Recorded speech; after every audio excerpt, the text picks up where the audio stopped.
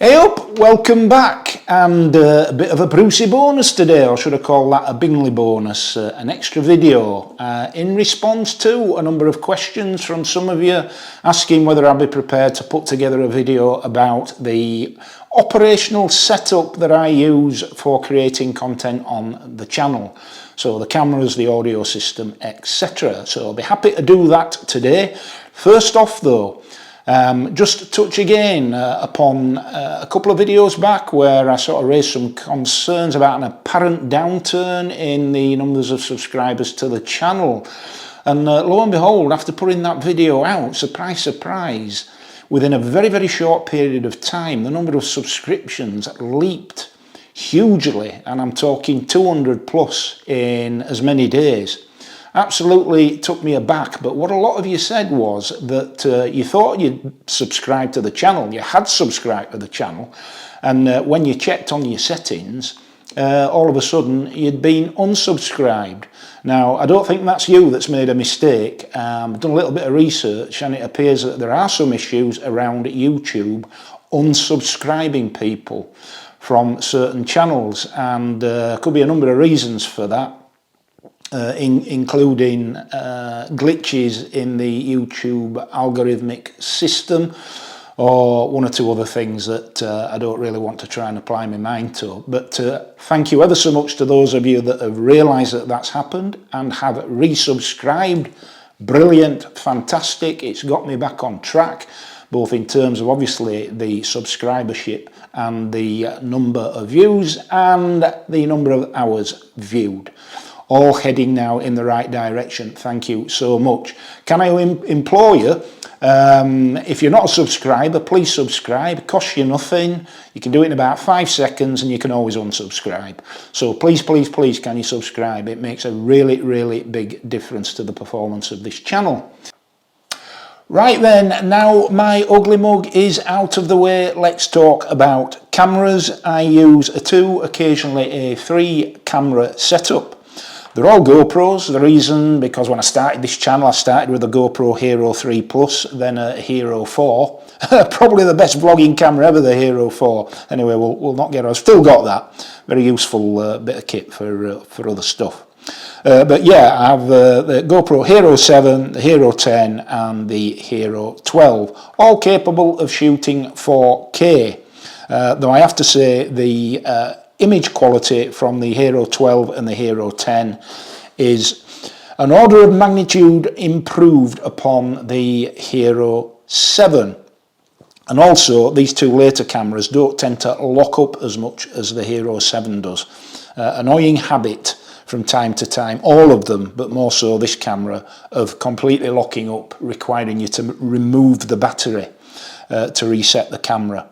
But other than that, I do think it's a better piece of kit for my purposes than, for example, the DJI Osmo Action 4, as it now is. I just think that the cinematic style of the footage out of the box on these cameras is peerless at the moment.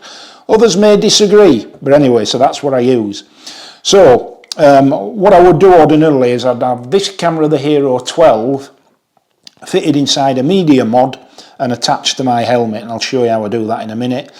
I'd have this camera, the Hero 10, attached to normally the handlebar on the bike, so that films me just for some occasional cutaways to my jabbering lid whilst on the bike.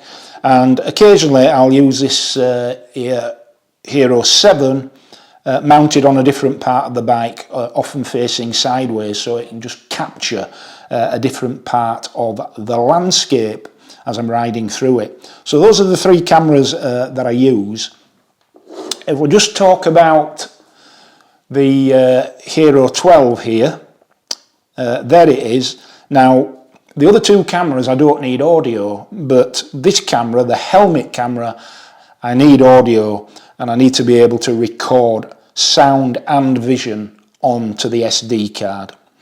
So I've got to have a way of connecting the microphone inside my helmet to this GoPro Hero 12.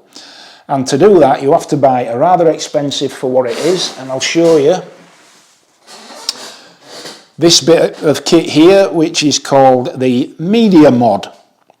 And basically what that does is it allows you to slot the camera in and connect to not only an external microphone on the body of the Media Mod itself, but it also allows you to connect a standard microphone 3.5mm jack in the back, also a USB-C, and also an HDMI connection there as well.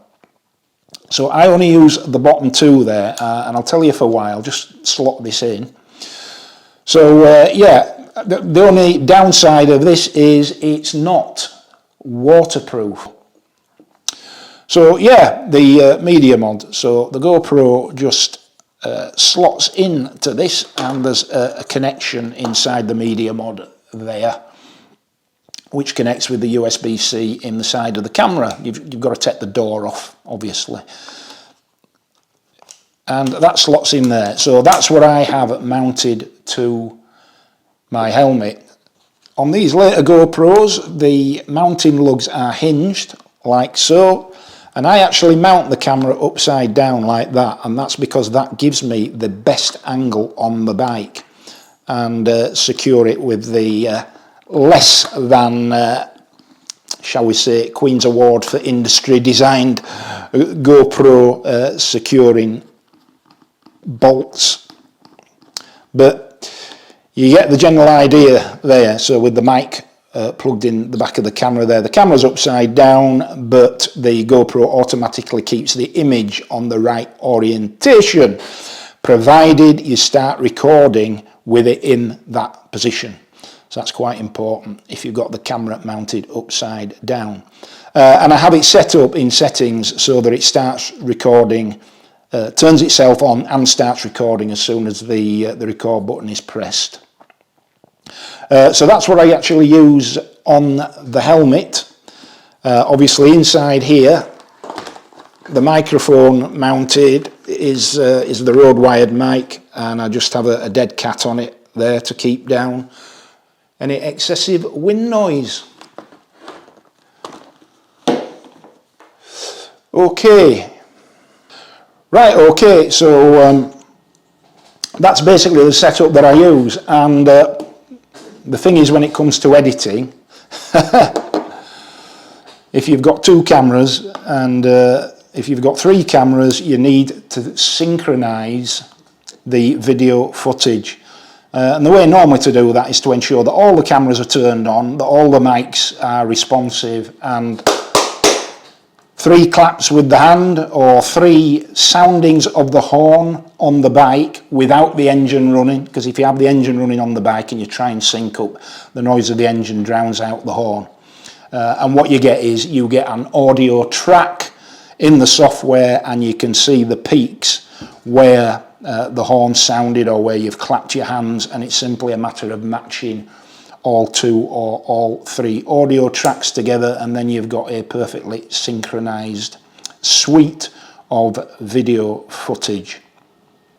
Now, so let's talk about battery life, and this is one Achilles heel of the GoPro Hero cameras. Shooting in 4K, which is what I do, albeit that this camera is capable of 5.3K, but I shoot in 4K. On the normal GoPro batteries, which I have in the Hero 10, you get about 25 minutes shooting 4K, which is not anywhere near enough, frankly, and it's a big problem.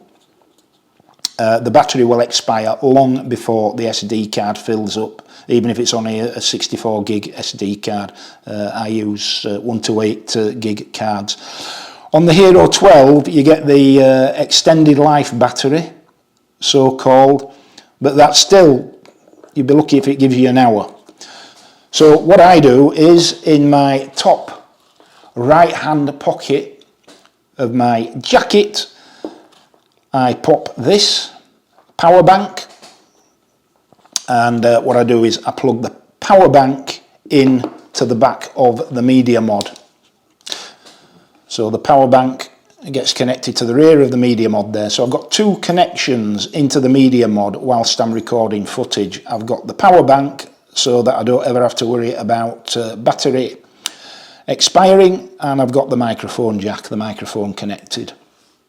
But this is a good solution for the battery life issues on the GoPros.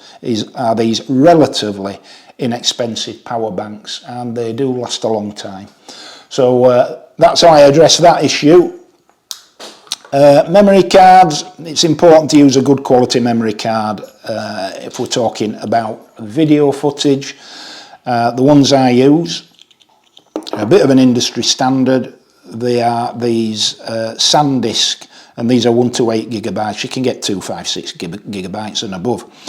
But this gives me about 4.5 hours of footage. So I have this sort of card in each of the cameras, and it's a matter of getting a good quality one. So if you get the SanDisk Pro, as this is, you shouldn't go far wrong even. Don't be tempted to buy any cheaper options, because you may well find they corrupt on you. Okay, so that's memory cards, batteries, settings, filters, and syncing up video footage. So what next? Okay, so let's talk about mounting systems now for the bike mounted cameras. In my case, the Hero 10 and the Hero 7 occasionally. So there are a number of options. I use RAM mounts, and these are proper RAM mounts. This one, this lethal looking extension bar here, I've only used a couple of times. It works, but it's not very stable, to be honest. Now, obviously the GoPros do have in-camera stabilisation, which works exceptionally well. But I just find that these things rapidly go out of line because of the amount of length involved on the bracket. But they do have certain applications which are valid. But for the handlebar mount for the piece to camera shots, I use a much more solid cast aluminium setup here. A bit more expensive, but well worth the additional outlay. This is by a company called Fanaue, F-A-N-A-U-E.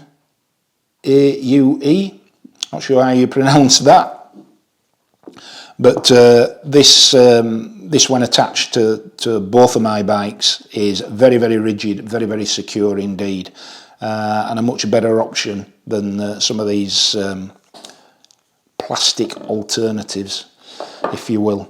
So that's what I use mounted to the handlebar, certainly on the Super Meteor, facing back to me, and that gives me just the right field of view that I require. So that's the mounting arrangement that I have. As I say, in the past when I've used these brackets, they've tended to slip out of line pretty rapidly with the vibration of the bike and what have you. Not so with this one here. Right, so what cameras do I use, for example, for the close-up work in the garage if I'm fitting accessories, etc., or when I'm reviewing bikes for the walk-arounds and the close-ups? I don't normally use the GoPros. Occasionally if I do, if I'm being exceptionally lazy, but I normally use the camera that I'm actually filming this on, which is hooked up to this audio, which I'll talk about in a minute. So in order to show you that camera setup that I've got, I'm going to have to record this with the GoPro. So this is the camera that I use for work like this, pieces to camera, for detailed work when I'm fitting accessories and the like, and also if I'm reviewing bikes and I need close-ups of various parts of the bike on the walk around. So this is a Nikon Z30. I've got a couple of lenses for it, but I normally use that 35 to 50 zoom that's fitted here. And there you can see the Rode microphone wireless sender unit plugged into the camera and attached to my shirt here is the wireless microphone itself. So yeah, that's the setup that I use for the close-up work that requires the best of quality. Obviously it records in 4K and with that lens there to a very high standard indeed. So very important for detailed work that. And yeah, together with that audio system. So I basically use the Rode Wireless 2 Go system, which you might be able to see there, on all the cameras. And it's an absolute excellent piece of kit. So I've got two microphones and the sender unit there, and it will record separately, it will record onto the camera, and the quality of the audio is absolutely exceptional. And on those videos of mine that you might have seen where I'm at a distance from the camera but still speaking in a piece to camera, you'll probably notice how clear and unfettered by the environment the sound quality is, and that's courtesy of this Rode Wireless 2 Go system. Yeah, so I'll stop filming me, filming you, filming me, or whatever I'm doing.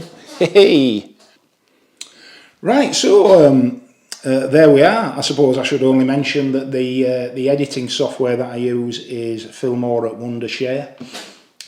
I struggle with it, but then I struggle with a fairly moth-eaten old computer that needs a lot of TLC to be able to deliver, shall we say. But anyway, upgrades there are in the distant future.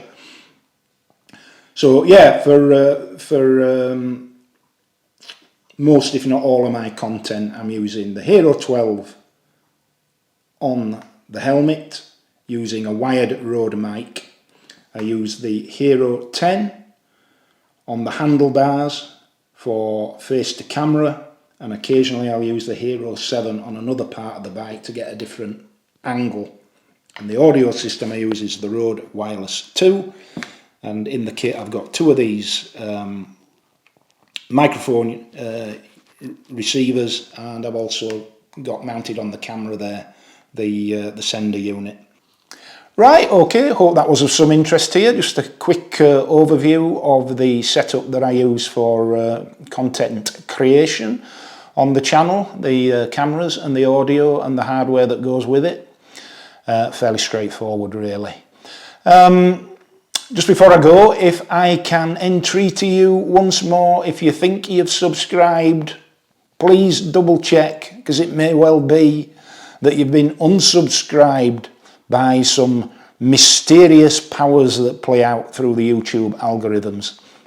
Clearly that has happened with an awful lot of people. So please, please, please look at your list of subscriptions on YouTube and make sure the Bingley Wheeler is there. And if I'm not, just resubscribe if you would, please.